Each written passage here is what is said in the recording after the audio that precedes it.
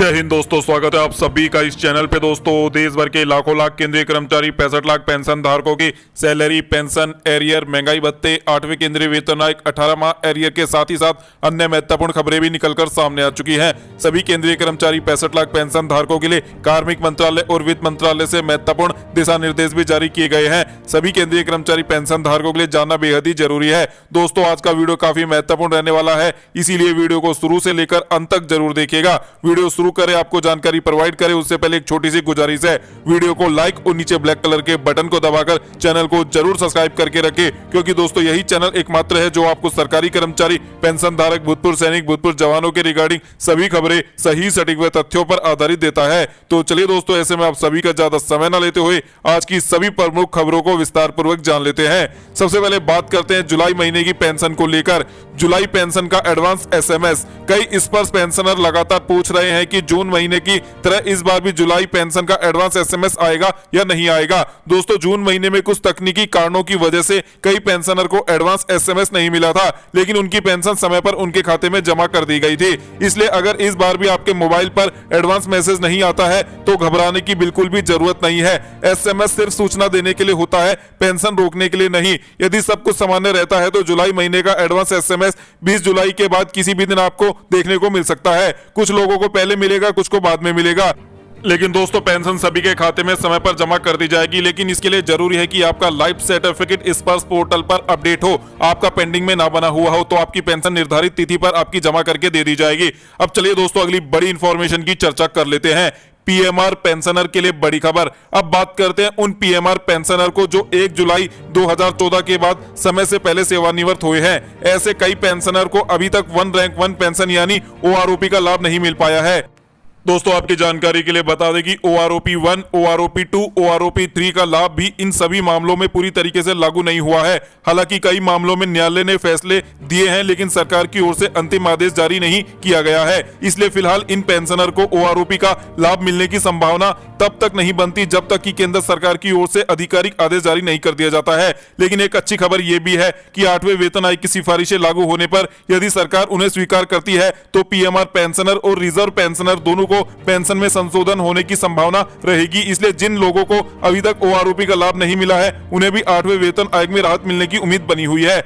अब चलिए दोस्तों, अगली बड़ी इंफॉर्मेशन की चर्चा कर लेते हैं। अगली बड़ी इंफॉर्मेशन है 8वें वेतन आयोग में फिटमेंट फैक्टर को लेकर। आपकी जानकारी के लिए बता दें, गोपनीय सूत्रों के हवाले से दावा किया गया है कि 8वें वेतन आयोग का फिटमेंट फैक्टर 2 से ऊपर रहने वाला है। आपकी जानकारी के लिए बता दें कि हाल ही में कुछ रिपोर्टों में अनुमान भी लगाया गया है कि 8वें वेतन आयोग के तहत फिटमेंट फैक्टर लगभग 2.28 से लेकर 2.86 के बीच रखा जा सकता है। ध्यान रखिए कि केवल अनुमानित रिपोर्ट है। सरकार या 8वें वेतन आयोग ने अभी तक कोई आधिकारिक फिटमेंट फैक्टर को घोषित नहीं किया है। कर्मचारी संगठनों की मांग तो 3.83 या फिर 4 के आसपास फिटमेंट फैक्टर की रखी गई है।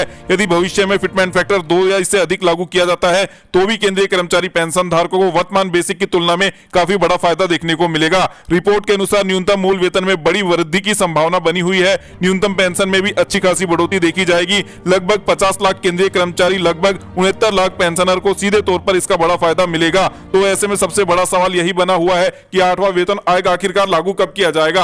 आपकी जानकारी के लिए बता दें कि जो 8वें वेतन आयोग के लिए मीडिया रिपोर्ट्स में दावे किए गए हैं उसके अनुसार आपको जनवरी 2028 की सैलरी पेंशन 8वें वेतन आयोग में बढ़ी हुई दरों पर मिलना शुरू हो जाएगी।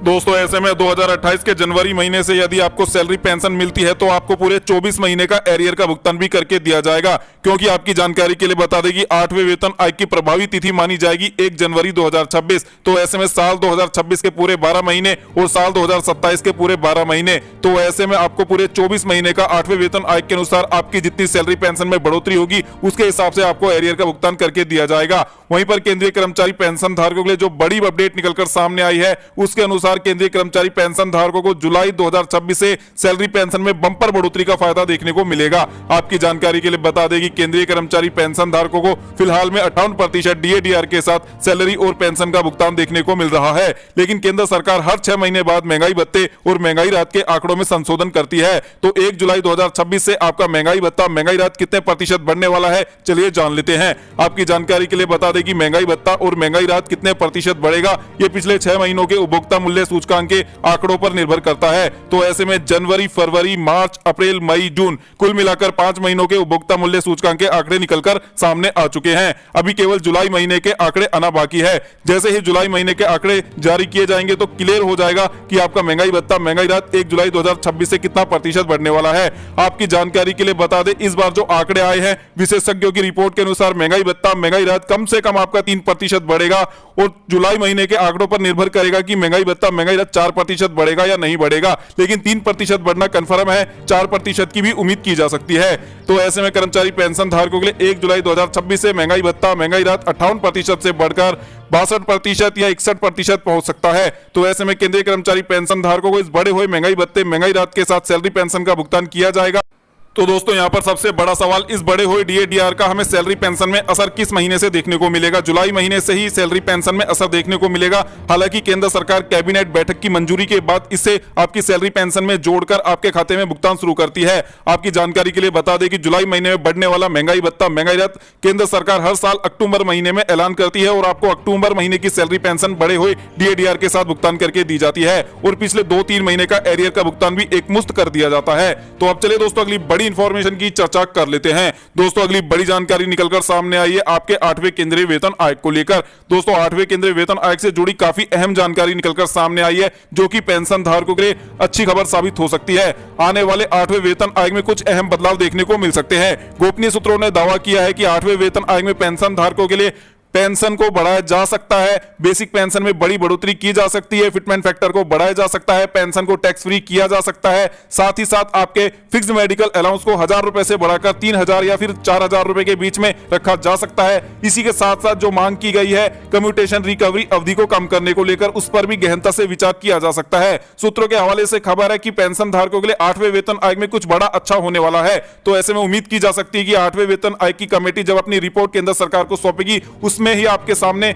पता चल पाएगा कि 8वें वेतन आयोग में कौन कौन सी रिकमेंडेशन सरकार के सामने की गई हैं पेंशन धारकों के लिए। लेकिन उम्मीद है कि आने वाले 8वें वेतन आयोग में केंद्रीय पेंशन धारकों के लिए केंद्र सरकार कुछ बड़ा करेगी, ताकि पेंशन धारकों के जीवन स्तर को उठाया जा सके, उच्च स्तर पर ले जाया जा सके। अब चलिए दोस्तों अगली बड़ी इंफॉर्मेशन की चर्चा कर लेते हैं। दोस्तों कुछ मीडिया रिपोर्ट्स में दावा किया गया है कि केंद्र सरकार ने आपके लंबित बकाया कोरोना काल के 18 महीने एरियर को मंजूरी दे दी है। लेकिन दोस्तों इसकी ऑथेंटिक जानकारी प्राप्त करने के लिए जब हमने सरकारी वेबसाइट पर जांचा कि केंद्र सरकार ने क्या इस प्रकार का कोई आदेश जारी किया है, तो आपकी जानकारी के लिए बता दें ऐसा कोई भी आदेश सरकार की ओर से जारी नहीं किया गया है जिसके आधार पर कहा जा सके कि आपको लंबित बकाया 18 महीने एरियर का भुगतान किया जाएगा। हालांकि मामला अभी विचाराधीन है एससी के अंदर। जैसे ही मामले पर कोई उचित कार्रवाई होती है, कोई आदेश जारी होता है, तो सबसे पहले आपको लंबित बकाया 18वां एरियर को लेकर जानकारी इसी चैनल पर देखने को मिल जाएगी। तो दोस्तों ये थी आज की महत्वपूर्ण बड़ी खबरें जो कि कर्मचारी पेंशन धारकों को प्रभाव डालने वाली है। चलिए दोस्तों मिलते हैं आगामी इंफॉर्मेशन के साथ नेक्स्ट वीडियो में। तब तक के लिए जय हिंद, जय भारत, वंदे मातरम।